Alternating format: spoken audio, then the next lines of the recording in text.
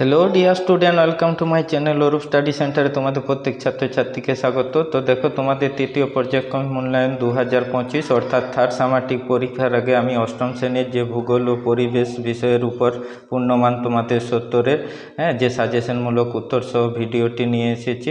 তো এটি থেকে তোমরা যদি তৈরি হয়ে নাও তাহলে অবশ্যই তোমরা পরীক্ষায় সবাই কমন পেয়ে যাবে। তো কেমন, দেখো যদি চ্যানেলটিতে তোমরা নতুন হয়ে থাকো তো অবশ্যই চ্যানেলটিকে সাবস্ক্রাইব করে দেবে। এই চ্যানেলে তোমাদের বিভিন্ন বিষয়ের অভিজ্ঞ শিক্ষক দ্বারা নোট সাজেশনমূলক যে ভিডিওগুলি তুলে ধরা হয় সেগুলি তোমরা পেয়ে যাবে।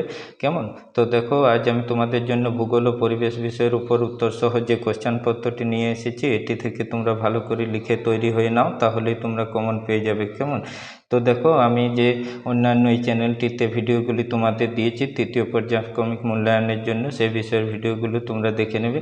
তো এখন আমি তোমাদের ভূগোল ও পরিবেশ বিষয়ের উপর যে প্রশ্নপত্রটি উত্তর সহ দেখিয়ে দিচ্ছি, এটি তোমরা ভালো করে লিখে নাও।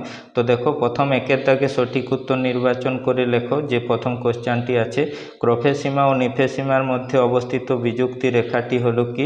তোমরা উত্তর করবে কনরাড বিযুক্তি রেখা। কেমন, দ্বিতীয় কোশ্চেন দেখো, বেলে পাথর রূপান্তরিত হয়ে যে শিলা সৃষ্টি করে তা হলো কি? উত্তর করবে কোয়ার্টজাইট। কেমন, তিনের দেখো, যে তাপমাত্রায় বায়ু সম্পৃক্ত হয় তাকে কি বলে? উত্তর হবে শিশিরাঙ্ক।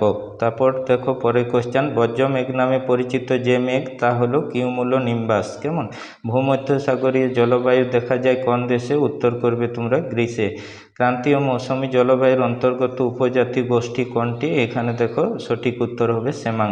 তারপর দেখো পরের কোশ্চেনটি 7 নম্বর, ভোপাল গ্যাস দুর্ঘটনা যে সালে সংঘটিত হয়েছিল? উত্তর হবে 1984 সালে। এর দাগে সঠিক উত্তর। তারপর দেখো 8-এর দাগে কোশ্চেনটা, আর্থ সামিট 1992 অনুষ্ঠিত হয়েছিল কোন দেশে? উত্তর হবে রিও ডি জেনিরোতে। কেমন, তারপর দেখো ডাউনস হলো কি? উত্তর করবে নাতিশীতোষ্ণ তৃণভূমি। 10 নম্বর প্রশ্ন দেখো তোমাদের, পৃথিবীর বৃহত্তম প্রবাল প্রাচীর কোনটি? এখানে উত্তর হবে গ্রেট ব্যারিয়ার দ্বীপ বা রিফ, যেটি সঠিক উত্তর করবে তোমরা। পরের দেখো 2-এর দাগে যে শুদ্ধ অশুদ্ধ নির্বাচন করো আছে, সেগুলি আমি তোমাদের দেখিয়ে দিচ্ছি, উত্তরগুলি ভালো করে দেখে নাও, দিয়ে লিখে পর তৈরি হয়ে যাও। কেমন, 1-এর দাগে দেখো, প্রচণ্ড তাপ ও চাপে অন্তঃকেন্দ্রমণ্ডল কঠিন অবস্থায় আছে, এটি করবে তোমরা শুদ্ধ। গ্রানাইট শিলা গঠিত অঞ্চলের ভূমিরূপ চেপ্টা প্রকৃতির, এটি হবে অশুদ্ধ। ভূমিকম্প মাপার যন্ত্রটি হলো সিসমোগ্রাফ, এটি শুদ্ধ। মৌসুমী বায়ুকে সাময়িক বায়ু বলা হয়, এটি অশুদ্ধ। কেমন, চাঁদরা দেখতে পাওয়া যায় ভূমধ্যসাগরীয় জলবায়ু অঞ্চলে, এটি অশুদ্ধ। এবার দেখো 3-এর দাগে যে তোমাদের শূন্যস্থান পূরণগুলি রাখা আছে সেগুলি দেখো, 5 আছে তোমাদের। প্রথম কোশ্চেন, ইতালির ভিসুভিয়াস একটি ড্যাশ আগ্নেয়গিরি, উত্তর করবে তোমরা সক্রিয় আগ্নেয়গিরি। পরে কোশ্চেন দেখো 2-এর দাগে, গুরুমণ্ডল ও কেন্দ্রমণ্ডলে মার্বেল যেটি মাঝে কোন বিযুক্তি রেখা আছে? উত্তর করবে গুটেনবার্গ বিযুক্তি রেখা। তারপর দেখো 3-এর কোশ্চেন, উলম্ব দাবন ও ফাটল দেখা যায় ড্যাশ শিলায়, এটা তোমরা নিজেরা করে নেবে। রকি পার্বত্য অঞ্চলে উষ্ণ বায়ু কী নামে পরিচিত? ড্যাশ চিনুক করবে তোমরা উত্তর। বায়ুর আর্দ্রতা পরিমাপক যন্ত্রের নাম কি? হাইগ্রোমিটার। কেমন, উত্তর সঠিক উত্তর। তোমরা এগুলি ভালো করে দেখে নাও। পরের কোশ্চেন দেখো, যেটি পরের দাগের আছে তোমাদের 4-এর দাগের ডান বাম স্তম্ভ মিলিয়ে লেখো, 5 আছে, আমি উত্তরগুলি দেখিয়ে দিচ্ছি, তোমরা ভালো করে তৈরি করে নাও। কাকাতুয়া করবে তোমরা সি, ইন্দোনেশিয়া। প্রতীপ ঘূর্ণবাত ডি এরটা হবে রোদ ঝলমলে আবহাওয়া। শিয়াল হবে এরটা শিলামণ্ডল। তুন্দ্রা জলবায়ু ইয়ের দাগের করবে সাইবেরিয়া।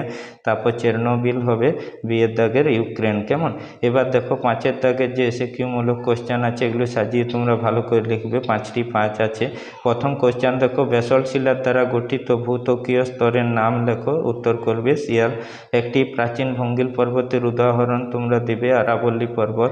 মার্বেল কোন শিলার রূপান্তরিত রূপ? চুনাপাথর। কেমন, পরের দেখো 4 নম্বর, পশ্চিমা বায়ু কোন দিক থেকে কোন দিকে প্রবাহিত হয়? উত্তর করবে পশ্চিম থেকে পূর্ব দিকে। বাম্বি ক্লাউড কোন মেঘের আর এক নাম? তোমরা করবে কিউমুলাস মেঘ। কেমন, তারপর চিপকো কথার অর্থ কি? জড়িয়ে ধরা বা আঁকড়ে ধরা, যেটা করবে সঠিক উত্তর করবে তোমরা।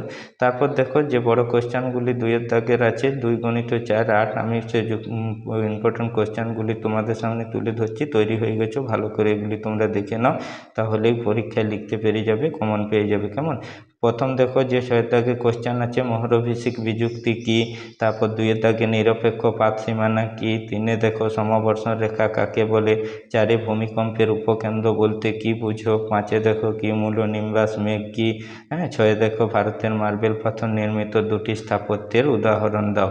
এবার দেখো 7 দাগে যে কোনো 4টি তোমাদের 3 গুণিত 4 12 আছে, গুরুত্বপূর্ণ কোশ্চেন, এগুলি ভালো করে তৈরি করে নাও, এগুলো তোমরা তাহলে পরীক্ষায় কমন পেয়ে যাবে।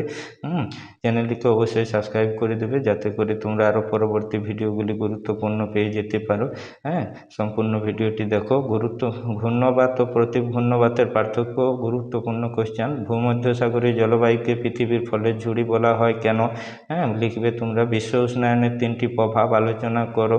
4 দাগে দেখো নিউজিল্যান্ডকে দক্ষিণ গোলার্ধের ব্রিটেন বলা হয় কেন, 5 দাগে দেখো স্থিতিশীল উন্নয়ন বলতে কি বুঝো। তারপর দেখো শেষ কোশ্চেন, মৌসুমী জলবায়ু অঞ্চলে পৃথিবীর সর্বাধিক জনবসতি অঞ্চল কেন। কেমন, এগুলি গেল তোমাদের 3 প্রশ্নমানের। এবার দেখো 8 দাগে যে কোনো 3টি উত্তর দাও। 5 গুণিত 3 15 আছে, খুব গুরুত্বপূর্ণ বড় কোশ্চেন, এগুলি তৈরি করে নাও। মারে ডার্লিং অববাহিকার অর্থনৈতিক উন্নতির কারণ আলোচনা করো। এস্কিমোদের জীবনযাত্রার বর্ণনা দাও। অস্ট্রেলিয়ার ভূপ্রকৃতিকে কয় ভাগে ভাগ করা যায়, কি কি, যে কোনো একটি বিভাগের বর্ণনা দিবে তোমরা। পরিবেশের অবনমনের কারণ আলোচনা করো, খুব গুরুত্বপূর্ণ কোশ্চেন। কেমন, এই বড় কোশ্চেনগুলি থেকে তোমরা কমন পেয়ে যাবে।